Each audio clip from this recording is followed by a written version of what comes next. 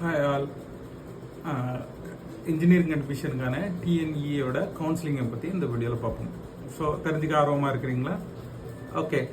So அந்த counselling பார்த்தீங்கன்னா first TNEA வெப்சைட்டில் நீங்கள் ரெஜிஸ்டர் பண்ணணும்.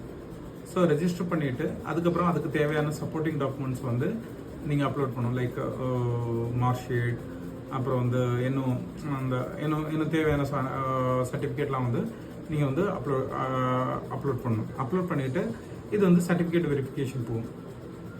ஸோ இது ஆன்லைனில் சர்டிஃபிகேட் வெரிஃபை பண்ணிவிட்டு ஸோ அடுத்து ரேங்க் லிஸ்ட் பப்ளிஷ் பண்ணுவாங்க. டிஎன்இஏ ரேங்க் லிஸ்ட் பப்ளிஷ் பண்ணிவிட்டு அது கட் ஆஃப் மார்க் அடிப்படையில் அவங்க கவுன்சிலிங் கொடுப்பாங்க. ஸோ கவுன்சிலிங் போகும்போது நீங்கள் கவுன்சிலிங் நீங்கள் ஆன்லைன்லேயே பண்ணிக்கலாம்.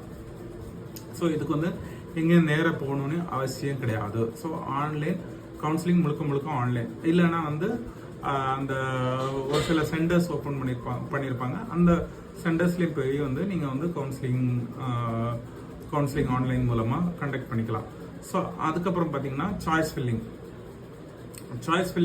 பார்த்தீங்கன்னா உங்களுக்கு விருப்பமான பாடத்தை தேர்வு பண்ணுறது. அடுத்து பார்த்தீங்கன்னா சீட் அலாட்மெண்ட். ஸோ உங்களோட மெரிட் அடிப்படையிலையும் உங்களோட ப்ரிஃபரன்ஸ் அடிப்படையிலையும் அவங்க சீட்டு ஒதுக்கீடு பண்ணுவாங்க. ஸோ அந்த சீட்டு ஒதுக்கீடு பண்ணும்போது அதுக்கான ஒரு லெட்டர் கொடுப்பாங்க. அந்த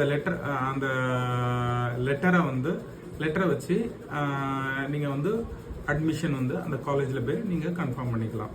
ஸோ இதுதான் ஓவரால் கவுன்சிலிங்கோட விதிமுறைகள். ஸோ நீங்கள் கவுன்சிலிங்கோட விதிமுறைகளை பற்றி தெரிஞ்சுப்பீங்கன்னு நினைக்கிறேன். Thank you for watching.